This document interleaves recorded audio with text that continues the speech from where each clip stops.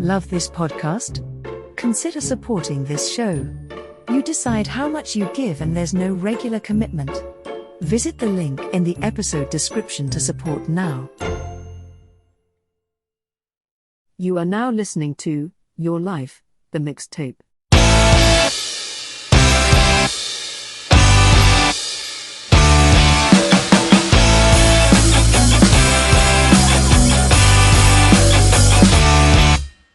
Welcome to Your Life, the Mixtape, Volume 4. This week, I am joined by an educator, an advocate, and the founder of the Q, the LGBTQ Creative Network. Please welcome the one and only Kenny Fitzpatrick. Hello.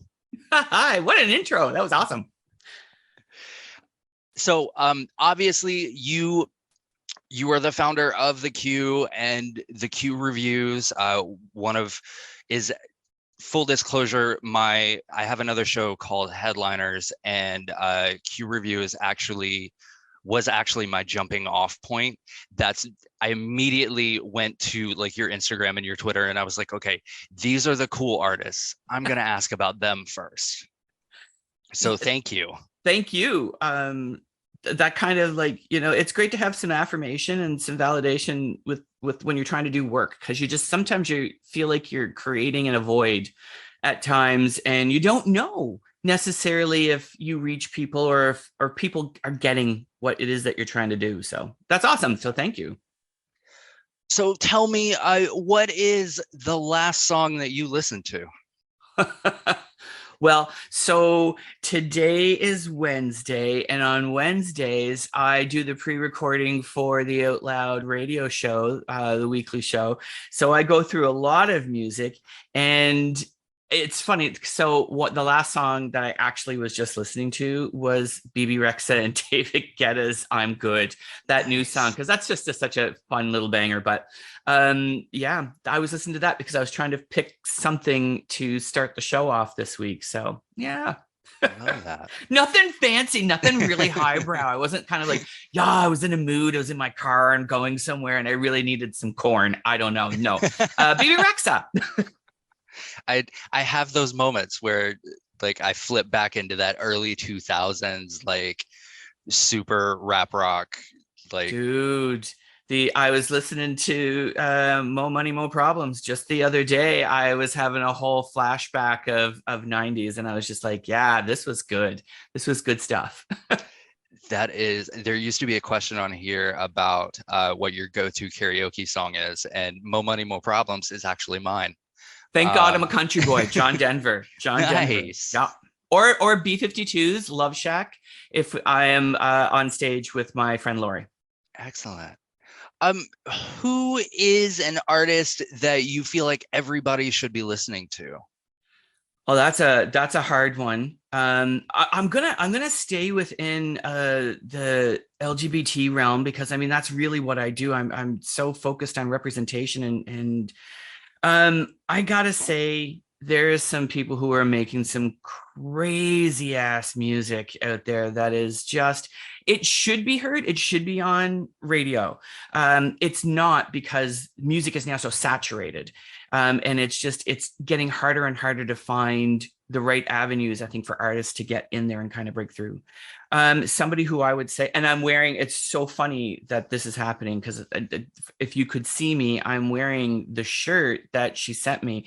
Butterfly Fields is an R&B artist, and she just recently got married, and her wife, Norkin for Life, who's a producer and hip hop R&B rap artist. Together, they're just dynamic.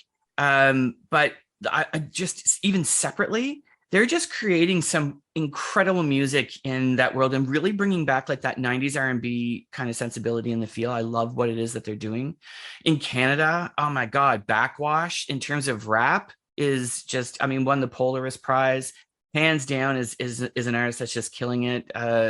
There's so many. I could go on and on and on. I would say Gregory Dillon has always been a favorite of mine. He's a US guy, and Katie Brooks in the UK, so good. Like there's so much that's happening out there, and I know that somebody will hear this and be like, "What? Say me?" It's like, because there's only so much time, folks. There's only so much time. Yes. Gregory Dillon was just on Headliners. Was he? I See, just talked to him.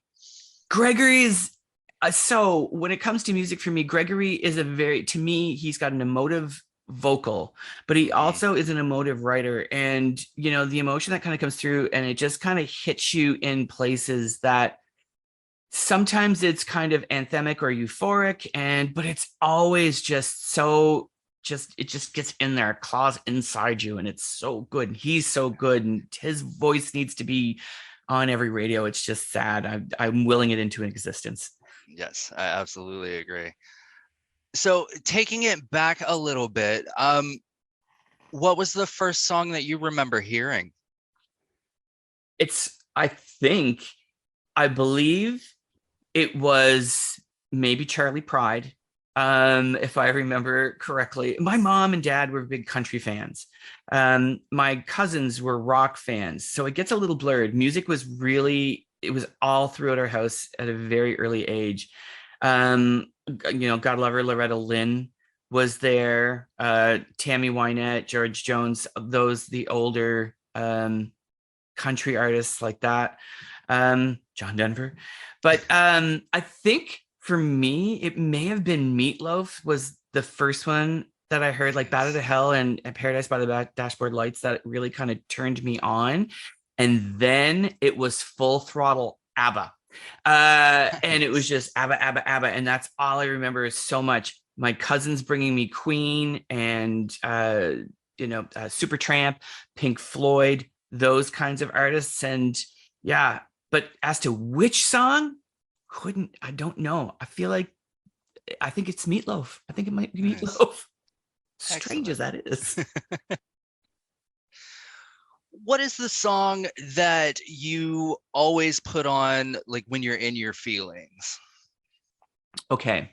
So Belinda Carlisle is somebody who I absolutely adore and I love Belinda Carlisle. Belinda Carlisle has been with me. It's not like I sought her out. It's just that she happened to always kind of be there, her music. And it's just something that when I need to kind of like really a little bit of decompression, or I need to kind of just get into that headspace, Belinda Carlisle is there for me. But I will say I'm a huge fan of Depeche Mode, New Order, those kinds of artists. I tend to go, they tend to be my go-tos for my youth, and they carried through into adulthood. I'm an alt rock kid as well, so. On the flip side of that, what's the song that when it comes on, you're just immediately in a good mood? The Cure. Friday, I'm in Love. Nice. There's nothing like the opening of that song, and the moment that you hear it, it's hard not to feel good. It's just, God love Robert Smith. He's not known for making, the most uplifting and smiley music, but that song was like lightning in a bottle for them. And again, being a Cure fan, I was kind of gobsmacked a bit when it first came out, and I was just like, this is just everything. Yes. What is the best song to sing in the shower? I don't know. It tends to be belters if you're really gonna sing. But Shania Twain's "Any Man of Mine" is a lot of fun to sing in the shower. That goes back to some university time, and drinking while you're in the shower and getting ready to kind of go out and that kind of thing. And so yeah, it's not a bad one. If you need to practice and try it out, Shania Twain's "Any Man of Mine." Give it a go. I like that. Just don't slip in the shower when you start stomping. What song best summarizes what love is? Oh, so what love is. So I would say, that's a hard one. You know what? I'll go to Depeche Mode, Somebody. Nice. That is just a song that I don't know if you've ever heard it, but if you have, it's just, it just really encompasses what somebody can feel, that they want love. Really, not doesn't necessarily have to be about someone specific, but that they really, what they want from love, and that they want it. And I remember hearing that when I was younger, and I was kind of like, oh my God, an angsty teen that I was. And I was like, in the head spaces, and who am I don't understand, why am I not dating? It was just one of those ones where I kind of went to it and I was like, wow. And then I just remember the biggest makeout song when I was growing up was just like from Top Gun. It was Berlin's Take My Breath Away. It was kind of like every single guy and girl were on the dance floor at the end of it and just making out. And then I was kind of patrolling the perimeter, kind of wondering, what about me? So on the flip side of that question, what is the best breakup song? So I'm going to Sweden for this. It's a toss-up. More recent, well, not more recently, but in the last, 10 years or so. 10 years? My God, no, I guess it's 20, maybe 25. Was Roxette's It Must Have Been Love. Oh, nice. From Pretty Woman. Was such a great, like, that was just a heart ripper. But it comes for me off of ABBA's The Winner Takes It All. Nice. What a great, and going back to the love one too. I think that sometimes people think about love being, like there has to be a relationship. But I think about Jan Arden's Good Mother, and when she's kind of singing about the love for her mother, and I'm kind of like, that one just kind of kills me every time. So I love that. But ABBA, Winner Takes It All. Go Agnetha. Yeah. And both of those songs, like, still, like, go hard. Yeah. Like you can, like, God, get your Kleenex and just kind of like batten down the hatches and go for it. Like, it just, and I think because, and especially for The Winner Takes It All, there was a lot of breakup that was going on in the band at the time between Benny and Frida and Agnetha and Bjorn and, and the band itself. I think that it's why it's so powerful that it just kind of just resonates on so many different levels. And with Roxette, I just think that, I don't know, there's something that happens over in Sweden where they really get things. Well, I mean, Roxette was such a great band. I mean, they said it themselves, don't bore us, get to the chorus, and just was kind of like, let's get in there and get the job done. And on that song, they totally did. If You Leave by OMD as well. Oh, another nice. Great one. Yeah. What is the song that whenever it comes on, it has to be played at max volume?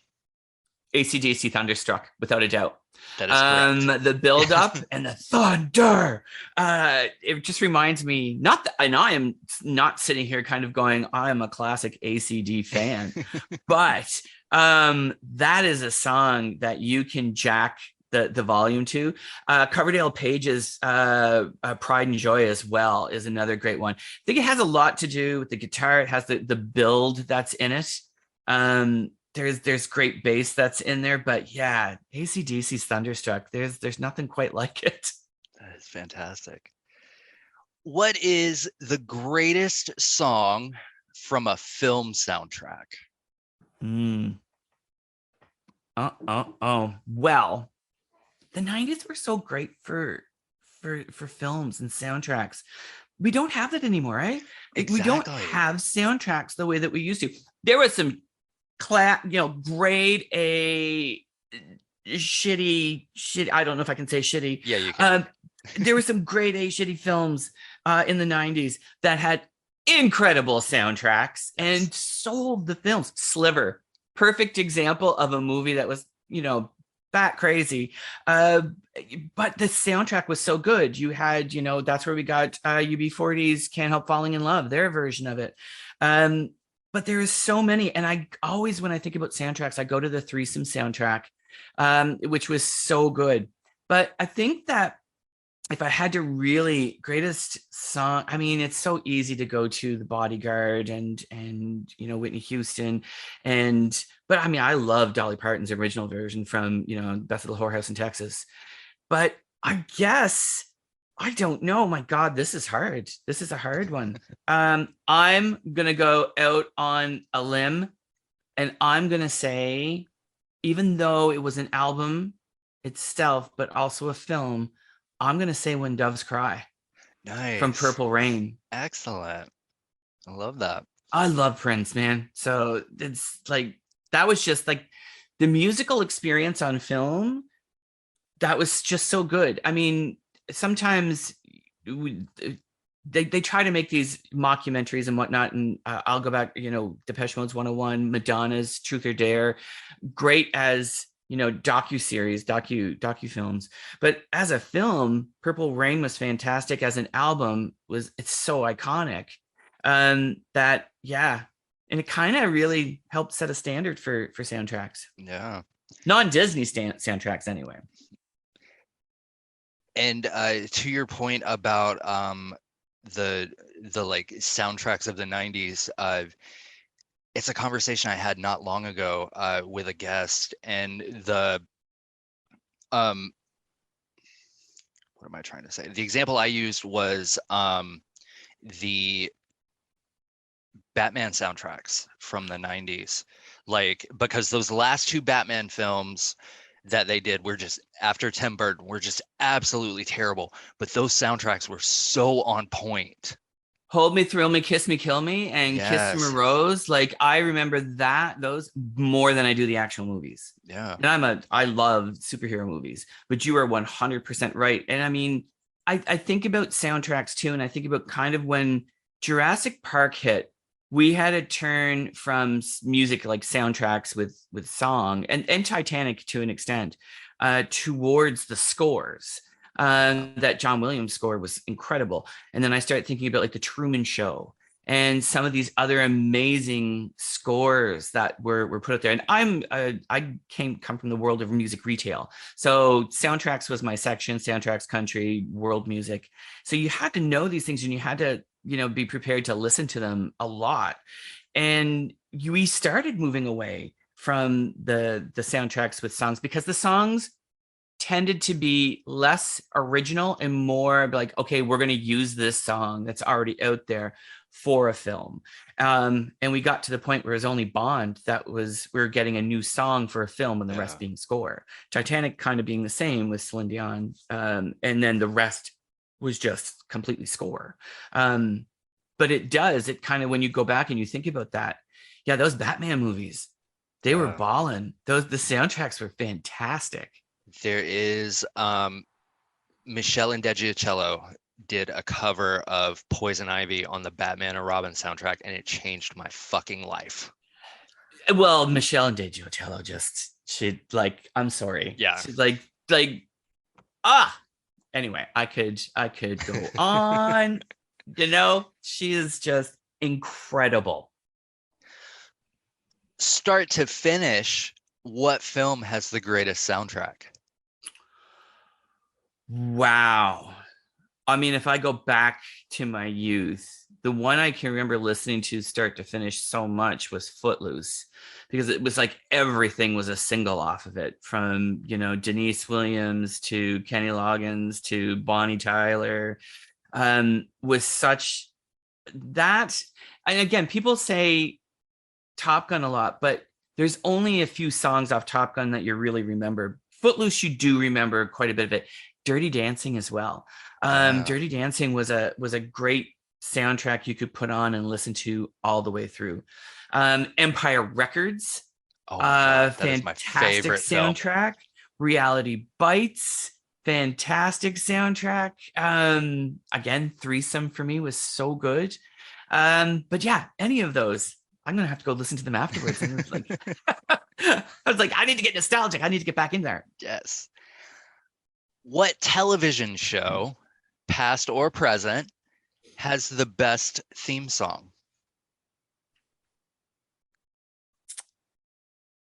Oh, my friend Lori should be here for this. She's theme song queen. The one that comes to mind right away is the Kirk Cameron one. Oh my God. Growing Pains? Growing Pains. Growing Pains comes to mind right away, as does not Different Strokes. What's the one with Alex P. Keaton?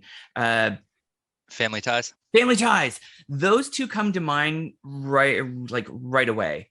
Brady Bunch comes to mind. Yeah, older ones like that. And then of course, classic Golden Girls. Nice. I think Golden Girls is just one that's been, around for so long.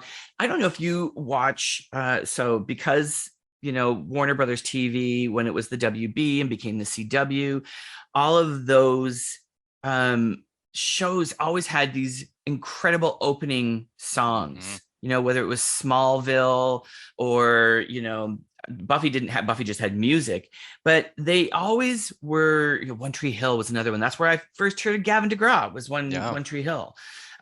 They did a really great job of always ensuring that their music was on point, to the point where they actually online, I think on the CW or on WB at the time, they had a channel like that you could actually check out the music from the shows, because it was so, it was so engaging to people. So they are an entity all of their own. But when you go to the when you go to the throwback and you think about older songs, Golden Girls really just stands up. Even when it comes on now, it's like, that's Golden Girls. Yeah, you don't even have to think about it. That is the most popular answer to this question. Is this? Yep. Well, I'm glad I'm not too far off left of center. I will say BJ and the Bear then. What is the best song from a Disney film? I guess it depends on what you like. So for me, Beauty and the Beast, Lion King, those are my favorites. I love Under the Sea. But a big one for me from Lion King was I Just Can't Wait to Be King. Nice. I love the vibe of that. I love the whole thing. I love everything about the Lion King. I also love the Tarzan. Nobody ever talks about Tarzan, but I loved that movie. I loved it. You could be a big pig too. Oh, it's, there's great ones like that. But I think I Just Can't Wait to Be King from the Lion King. I am not up to date on the Frozens. I have a goddaughter. There's a lot of Frozen stuff around. But it's the Lion King was so good. And so was Beauty and the Beast and some of those earlier ones. Was it Five Goes West, or was it like an American Tale that had Somewhere Out There? That was the original 5 film. Yeah, that was great. That was one that really, especially because those little mice and everything, it was just kind of really, it was just great timing for a song like that in a movie like that, where it was pulling on the heartstrings. There was so much that was good about that. So yeah, I rewatched An American Tale not long ago. That film is dark. It is like that is a dark film. You go back and you watch those Disney films and you're kind of like, oh my God, we are so sensitive about everything this day. And I'm like, yeah, but you just go check on Dumbo. And it's kind of like, oh my God, there is so much that's in there that is really dark. And we've changed as a society, and maybe for the better, maybe not so much. Maybe we're missing some things, but yeah, we were watching a lot of dark cartoons back then. Yeah. The Fox and the Hound. Oh yeah. Like, oh my God, I was a child in the theater bawling during that movie. Yeah, like I don't even think, like, if Bambi were re-released, I don't think like the first 5 minutes of that film would fly. No, definitely not. The first 5 minutes that's Peter Pan, right? And the original Jungle Book. There is a lot that's in those films. I mean, it was a very different time, written very differently, for different audiences, and the characters are very classic. The way, I mean, let's be honest, Fantasia is just, one great big acid trip that's just kind of like taken off. Absolutely. But it was a very, very different time, and less about the music for commercial sake, because now when you think about it, when you think of Frozen specifically and Moana and all of that, they really are looking at commercial success from the soundtracks. Look, I mean, what's that latest one? Oh my God, no one speaks. We don't talk about Bruno. Oh, yeah, Encantado. Yes, that like on every radio station was everywhere. It was one of the most requested songs, and it broke records for sales. And they were shocked that it was that song, which I wasn't, because as soon as I heard it, I was like, oh, this is good. Yeah. But they're writing for a very different purpose these days for the film, but also for commercial success. Where in the olden, like the olden days, oh my God. But historically, they were writing for the storyline. Yeah. And it was to kind of fill in, Snow White's singing to the birds. And it worked. And even with The Lion King and that, it was one of I think the Beauty and the Beast was the first animated feature to be nominated for Best Picture. Yeah. Because that was pre-animated feature film category. But the soundtracks of Disney have come a long way, and Disney itself has come a long way. I mean, we have Disney Plus. There's some stuff on Disney Plus I never thought I'd see on Disney Plus, but I'm like, right. I'm here for it, Disney. I'm here. Let's go. What is the song that no matter where you are, no matter what you're doing, this song comes on, you're gonna dance to it? Men Without Hats, Safety Dance. I will literally call people if I hear it out somewhere. I will text people or I will record that it's playing, and I will send it to somebody and they know that wherever I am, I've heard it and I'm dancing. It's like, and it's got to be the original, not the weird remix. It's got to be the original. Good Canadian Montreal band, Men Without Hats. But it's just that music, ding ding ding, it gets you moving, and it just puts a smile on my face, and I'm like, I'm ready to go. Chumbawamba's Tub Thumping too also nice. It pulls at me. But yeah, Men Without Hats, I would say hands down without even thinking. What is the song that means the most to you? Not necessarily because of the song itself. The song could be garbage, but more because of like the memories that you have attached to it.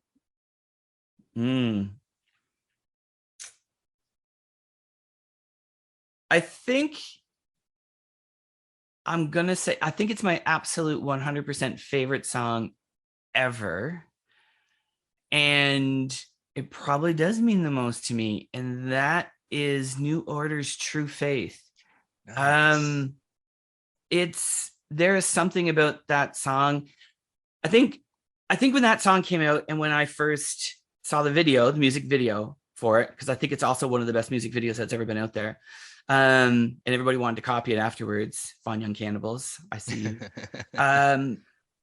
It's one of those songs that I think in my teens, I started to get me and be okay with being a bit of a misfit and a weirdo.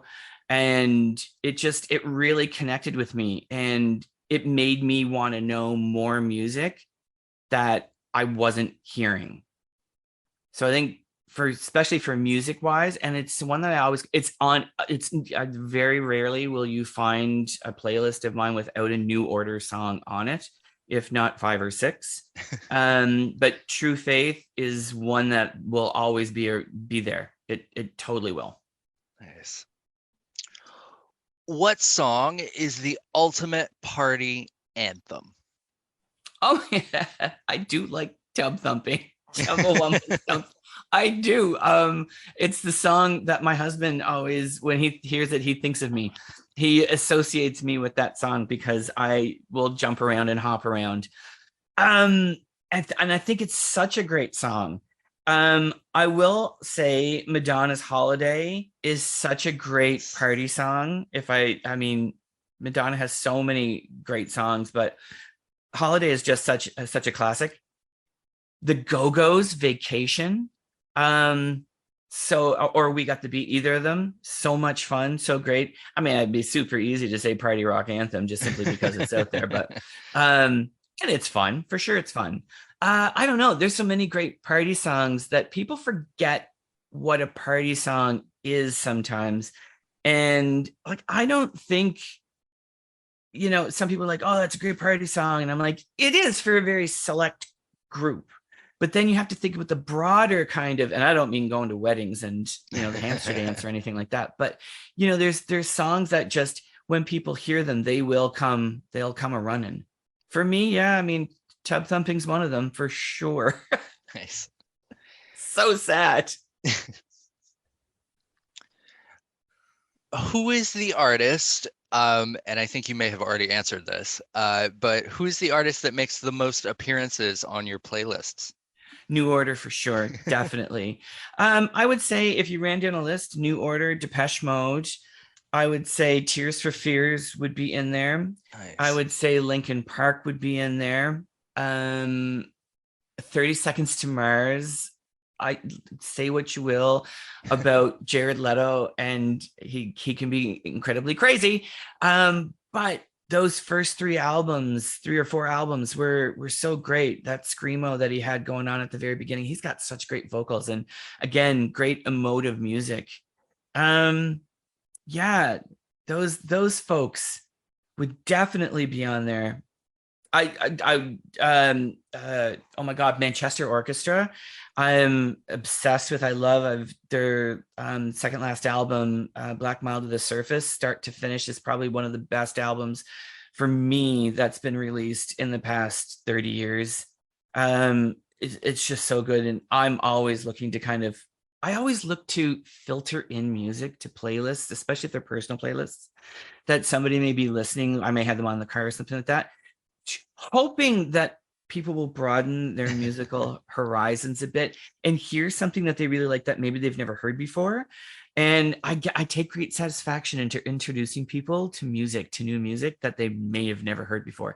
And that can be anything from, you know, screamo to some salsa to some, you know, Pakistani kind of, you know, Nusrat Fateh Ali Khan, you know, whatever I may be listening to. If I really think that there's something in there that people could gravitate towards, try to sneak in quite a bit. Nice. Just to kind of just put it in front of people, because I know people won't go and listen to it and try new things. They look at their time and they say, oh, I've only got 5 minutes. I want to hear what I want to hear. Right. So if, you know, a good road trip is a great way to do that. And you just kind of like set them up, and then people are like, what is this? And I'm like, oh, this is blah, blah, blah. And they're like, this is really good. And I'm like, isn't it? It's just like, cha-ching, gotcha, hooked ya. I play, I work, I've been working in, not right now, but I was working in a clinic. So I would play my playlists in a clinic, and I would basically fill the clinic with LGBTQ music. And all these little old ladies was like, who do you have playing? And I was just like, oh, this is Vincent. And they're like, oh, he should come to Halifax. And I'm like, I'll let him know. I'm sure he'd love to come play Halifax if people knew who he was. You should spread that love to your fellow elderly folks. But yeah, you know, when you put it out in front of people, the days of Shazam and being able to kind of like, you know, dial in and tap into things. Yeah, I like to take those opportunities to kind of just, put it in front of people. Who is an artist considered to be a one-hit wonder that you feel like should have been bigger? Wow. A one-hit wonder. And were they a one-hit wonder? And I just didn't know about it, as I like gravitated towards them because of the song and just kind of kept going. I think that there's been a lot of folks out there who have been very fortunate to get 15 minutes of fame with a song, but really did deserve to be. This is terrible to even call her this. I can't call her this. It's just that her one song was so massive that people don't really follow along with her as closely as they did. Carly Rae Jepsen. So she's not a one-hit wonder, right? But, you know, Call Me Maybe was massive, but I don't recall the same kind of excitement towards her with anything else. even though her music has been consistently, well reviewed. She's had great critical success, but people were like, well, it's not Call Me Maybe. So, so that's, I look at that kind of way. But I mean, the 80s were filled with so many one-hit wonders that I don't know, you could probably like throw a dart and hit so many of them at the same time. Then there was people who weren't one-hit wonders. They were one-hit wonders in North America, but not one-hit wonders in the rest of the world. Yeah. And I think back to, and this is guilty pleasure right here. So Westlife, which is essentially a man band, boy band from the UK, Yes. who had like a song that took off kind of in North America, back in the early 90s. But these guys have been going for like 30 years. Yep. So to me, in North America, they're kind of a one-hit wonder, but not really. The same thing with another UK group, Five, was like that too. Yeah. At that time. But yeah, I mean, it's hard to say a one-hit wonder that should have had more. There was a reason why they didn't have more, I guess. Maybe they didn't deserve it. Well, that's just fair. terrible. That's sad. What is the song that reminds you of home? Forever Young by Rod Stewart. Nice. It was my mom's favorite song. And whenever I hear it, I think immediately of her. And anything by Dolly Parton. It reminds me of home. Dolly Parton was massive in our house. She's massive in my heart. I think Jolene is probably the best written song ever. That is correct. Many people have tried to cover it and have done, it slightly justice, but there's nothing like the original. Johnny Cash has so many like that too. I think about Johnny Cash and I think about home. But yeah, one particular song, it really is. I would say "Forever Young" by Rod Stewart, because it's my mom's song. Nice. What is the greatest love song of all time?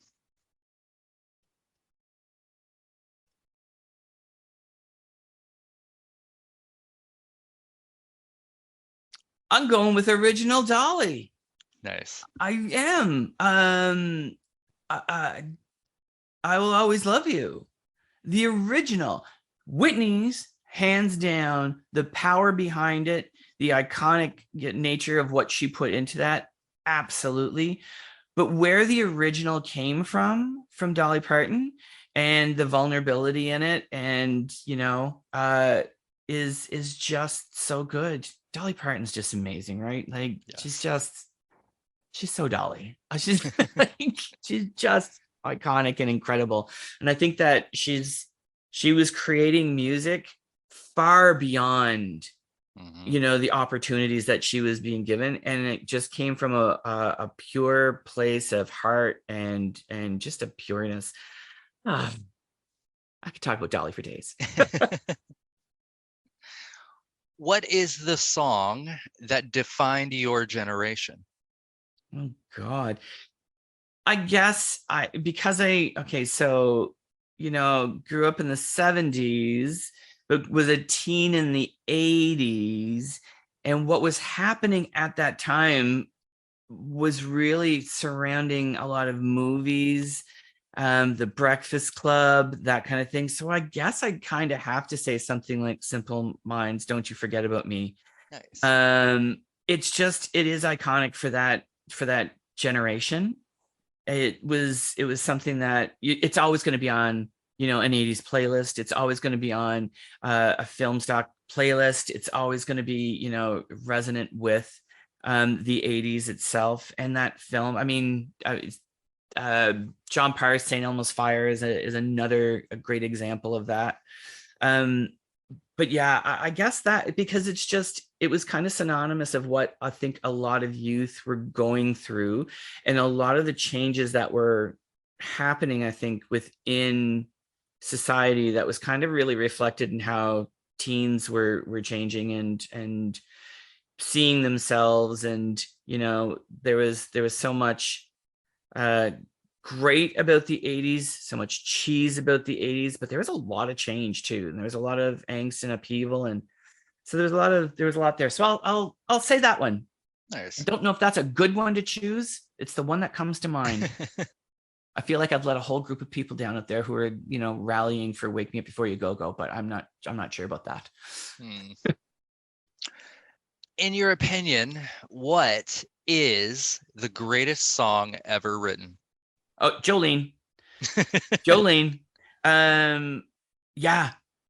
Jolene is just so iconic. It's just, and I mean, to this day, whenever they talk about Jolene and they ask her about Jolene and she talks about it, you can get what was going on there and where that was coming from. And the fact that she actually got to meet the actual Joe, like the that came around again at one point, it just kind of like puts it out there, just what that whole feeling was about what she was kind of going through. So simple, but incredibly powerful. Yeah, Jolene is incredible. What is the song that you could listen to over and over again and never get sick of? There are many. I feel like there are many. Over and over again. I should check out my Spotify playlist to see what I've been kind of dialed into. New Order's Regret, I listen to quite a bit. I always have that on. I don't ever seem to get sick of it. Same thing with True Faith. Depeche Mode's Never Let Me Down Again is another one. I mean, it's not the upbeat, dance hall thing that you may be expecting, but there's that anthemic sound to it. Yeah, I don't know. That's a hard one, because the moment that I try to think of what Everybody Wants to Rule the World by Tears for Fears is a great one. Madonna's Vogue. I love oh gosh, I've lost it. Yeah, I don't know.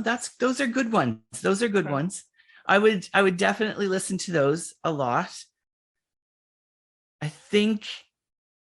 Oh, I know. You know what? There's a song I never get tired of, and that's Billy Idol's "Cradle of Love." I never get tired of that. That's Billy Idol, sex on legs. Just, I mean, back in the day, for sure. He's a little rugged now, but there was just a whole thing about Billy Idol at the time. Michael Hutchence too, from In Excess. Mm-hmm. Now we're going into a different conversation completely. But In Excess's "Need You Tonight" was so great. Lenny Kravitz, "Are You Gonna Go My Way?" Oh my God, that comes on and I'm just like, woo, let's go. But I guess I listen to so much music, I never get tired of things. So, I mean, I get sick of radio stuff. Listen, there's only so much. He's Canadian. I love him. I think he's great. But there's only so many. You can't release 5 Justin Bieber songs and play them all day long and not expect me to kind of go, I've had enough of the Biebs. Yeah. Had enough of it. And that's what happens now today. It's kind of like, we didn't release one Harry Styles song. We released 4. And it was kind of like, wait, which one's the single again? Because I'm that guy. I'm still in the single kind of mindset of things. Whereas a lot of people are just like, get the track out. We need more of that artist out. And I'm finding there's a lot of, I guess, more artist exhaustion than song exhaustion. Yeah. Although Driver's License, we're done. We're done. We're done. Go. No. That's fair. So this next question tends to be the most controversial of the bunch. People have very, very strong feelings about this. So tell me, what is the greatest music video of all time? Okay, so music videos are really important to me. I mean, I grew up in the MTV and Much Music days. I'm still always about music videos. I want to see music videos. I love storytelling to music through music videos. That is a hard one. Pet Shop Boys being boring is one that I will always go back and watch. It's sexy, it's pretty, it's beautiful. The song is awesome. Um, I love that video so much, but I also love it when people use video to make a statement. You can't discount Madonna's Like a Prayer. You can't discount some of the Public Enemy music videos that have been put out. You know, there are some. Nine Inch Nails has done some crazy stuff with video. You can't discount Christina Aguilera's Fighter. Like that, Yeah. just the visuals of it are so good. And then you get to people like Peter Gabriel, who always comes up on a list. Michael Jackson always comes on a list, up on a list. Duran Duran for their location videos was so good back in the day, in the 80s. There's so many great videos that now I don't find people are making smart videos anymore. They're just trying to get a video done because of the quality. They know that they can get a video out without it having to be as high quality, but they want to get a video out so they have another, another line to be able to be heard by people and seen by people. So it's I think that when somebody puts a lot of thought into it, it's really great. I loved so Gregory Dillon does videos every now and then for his music. His Alien Boyfriend video is so cute. Yeah. His videos for his songs after that after that same album were so great. They're all very colorful, and he has used video in a way to not have to spend as much but make it look really good quality. There's some Spice Girls videos that were a lot of fun. I'm gonna say greatest video of all time may be, I guess, for me and what was being accomplished. I don't know. Can I say that? I don't know if I can. Oh my God, this is hard. This is a struggle. This is really hard. I would say Madonna has to be in there. She has to be. I give kudos to Michael Jackson. I love the Scream video. Michael Jackson, Janet Jackson, Scream. Love that. I love the glassiness of it. And Janet's just crazy fierce. Janet Jackson has a lot of great videos. Yeah. I love her video for All Right. The Cab Calloway and the dancing in the streets. Love that. I love performance videos like that. They're so good. I have not answered your question. We're getting there. I've only made it more complicated. What's the number one that most people say? Thriller is usually the where people go. So for me, was it the greatest video of all time? It was one of the most high profile videos and expensive videos at the time. It was, a takeoff of where the Werewolf Man, but it wasn't it's not what I would call like it set the tone for video, but in terms of like what it accomplished, I don't feel like it's the greatest. It was just that it was one of the biggest at the time. I think that there was others that just did more and said more with them. Yeah. I would not say Michael Jackson's Thrill. I would say one of Michael Jackson's other ones. I would say that I liked Leave Me Alone. I thought that was a cool video. There was artists, and they were all high profile artists during the 80s, late 80s, who all used Herb Ritts. So Janet, Madonna, Michael, can't remember who else, but Herb Ritts was making these, sepia tone, black and white monochromatic videos for these artists. True Blue is not my favorite song, or not True Blue. Cherish is not my favorite song by Madonna, but it was a very pretty video. And there was a good group of videos like that kind of came along. I liked Cold Hearted by Paula Abdul. I thought that was a lot of fun for a dance video. With all the apparatuses and the scaffolding. That was kind of fun. Yeah, I think I'd have to break it down to different categories as to who was saying what about. You know what? I'm gonna say no because I think I said it earlier. This has been a real long way for me to get to this answer. I'm going back to New Order, True Faith. Nice. Excellent. And how it set that up, how it set up that style of video, and to think about video differently. I'm going back to them. That's my go-to. Perfect. And Pet Shop Boys. Being boring is sexy. What a sexy video. What is the greatest musical collaboration of all time? Now. Okay. So, turning a corner with a lot of music, Linkin Park and Jay-Z's Encore. Yes. Was like, some people will say Aerosmith and Run DMC, popular back answer. in the day, right, was so popular that it changed the way that music was looked at. But they just everybody kept doing their own thing. They didn't try to change music up.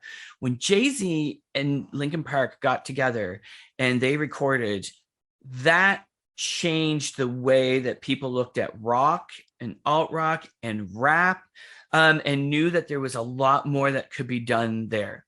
I think we have, this may be a far leap, please don't no one shoot me, but we have Billie Eilish now because guys like that were willing to kind of get in the trenches together and play with music and really try some things.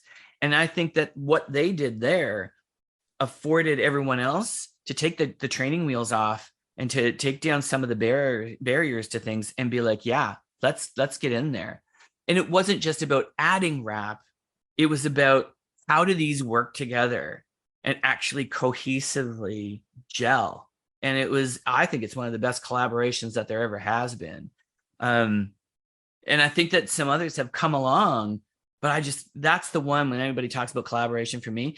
I also think about how Johnny Cash took these iconic songs like Rusty Chair and just change them and flip them on their heads. But that was reinterpretation.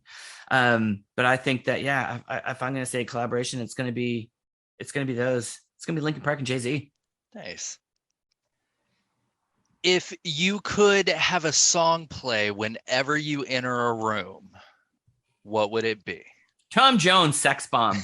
The remix. What a great, it is made to enter a room, that song is. And Tom Jones is just, he's Tom Jones. And it's just that whole entrance into that song is just, it's set up.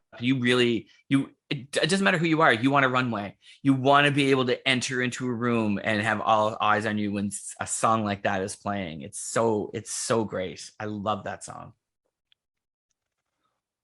What is the song that no matter what kind of playlist you're making, no matter what kind of vibe you're going for, this song always makes an appearance?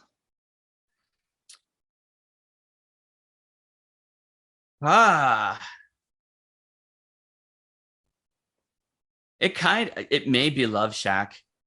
Nice. The B-52s, and Love Shack's not even my favorite song by the B-52s. I go back to Girl from Ipanema Goes to Greenland, or Channel Z. But yeah, Love Shack is just one of those ones that can be slipped in anywhere. That if the mood is just even keel, it's fine. If you need a bump up in the music and in the energy, it helps, it works.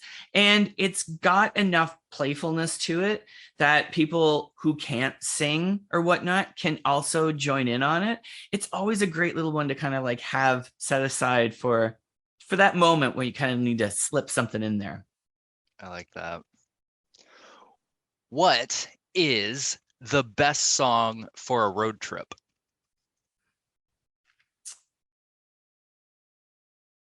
Depends on who's in the car. Really.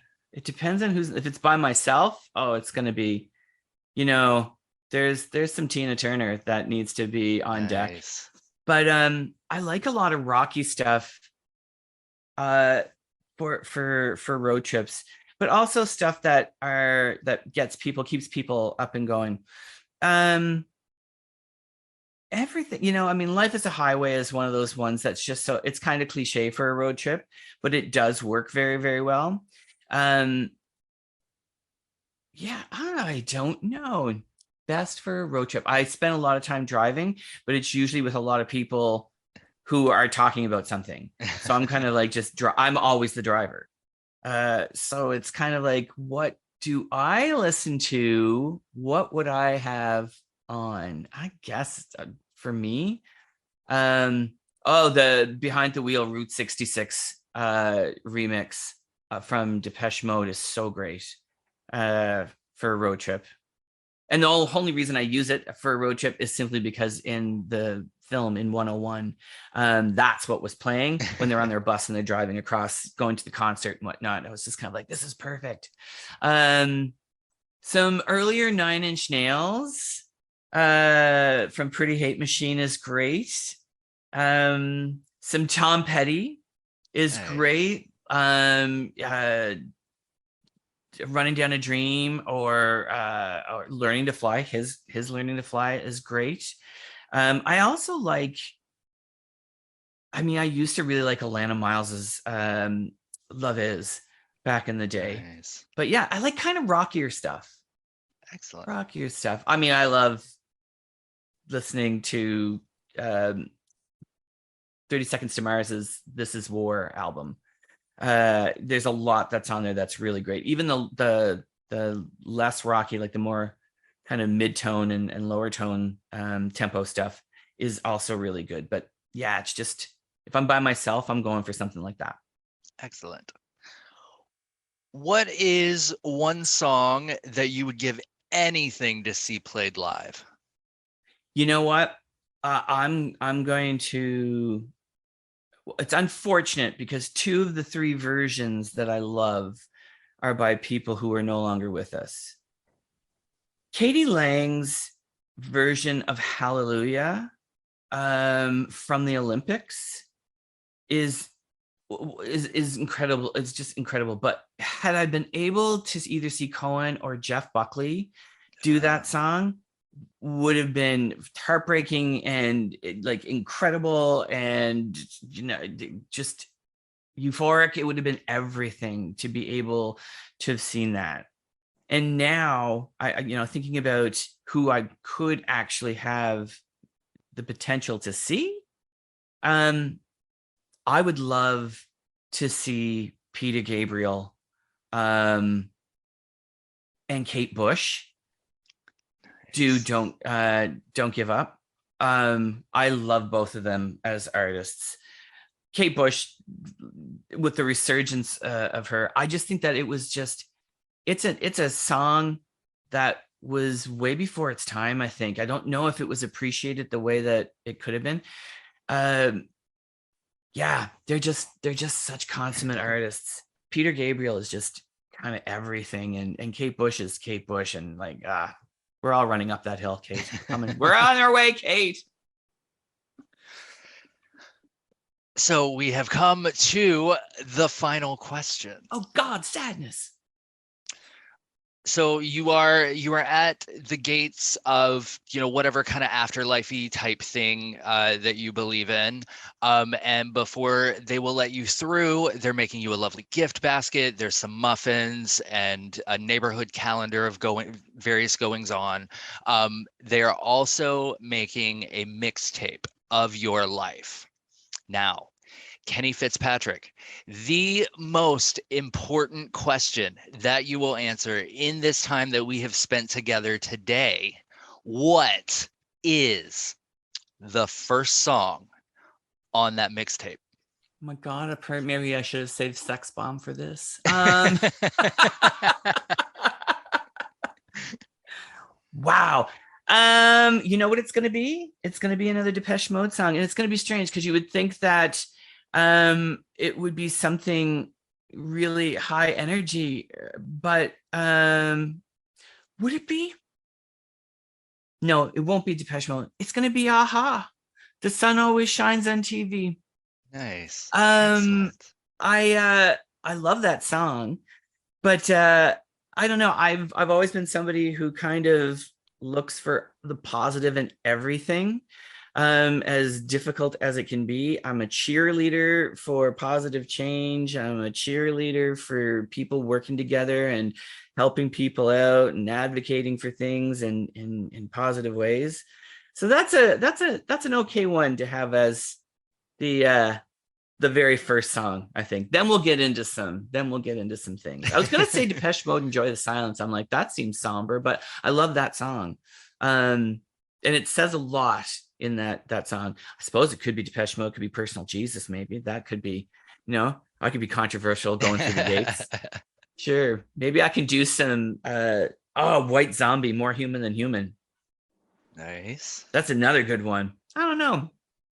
I'm at war with and at odds with myself, apparently, at who I am and what I want to put out there. I don't know. So this is the end of the show. If there is anything that you would like to plug, if you'd like to drop your social media handles for the folks listening at home and all over the world, you are more than welcome to do so now. I would love to. First of all, thank you for hitting me up and doing this. I love this kind of format. I have to think so much about all like interviews and whatnot myself that it's kind of nice to be on the other side of it and just have a kind of a bit of a conversation. And yeah, so thank you. It's awesome. And I'm love what you're doing. I think that this is great. I think that music is so important. Music to me is something that's incredibly vital to who we are as people. Whether or not you are a music lover where you go out and buy music, I just don't know if music affects us and tends to affect us incredibly positively. So for me, you can find me on social media. If you're looking for the Q LGBTQ Creative Network, it's at the Q Reviews on Facebook, Instagram, and Twitter. There's various other things. I've tried the other one. What's it called? TikTok. I've tried it. I'm not good. I just don't have the time. I overthink it. But yeah, and the website is curatedbyq.com. What I would say is every Thursday night at 9 p.m. EST on communityradio.ca is the radio show that I host. It's called Out Loud, the Queer Music Radio Show, and there's also Out Loud, the Queer Music Podcast. But I'm just trying to encourage people to find those independent artists, especially from the LGBT community, and really introduce them. Like, as a community, if you don't have to be queer to like music from that's being made by LGBTQ artists. But if you are queer, let's support our artists. Let's get out there and share them. We've got kids. I grew up with not seeing myself in any of the music. And if I felt like it was in the music, it was always a gag. It was kind of like, okay, so Boy George. It was always something where it's like, I couldn't just be me, the nerdy kid with Star Wars and superheroes. I had to be this other thing that I knew I wasn't. So I didn't have any heroes to look up into in music. Kids today are so lucky, but we have to show them that they're out there. We have to give them the room. We really, really, really need to get behind our community. And if you're a music lover, come listen to the show. You will hear nothing but new releases. I will personally send you lists if you want of music artists to check out. There's playlists. I will do whatever I can to help you be introduced to this world of great community, LGBT community music all around the world, every country. They're out there. Listen to them. That is my plug. It's the plug for supporting the artists, supporting those folks out there who just want to get heard. We can't just have Little Nas X. It can't just be Little Nas X. Although God love him, good on him. Yeah.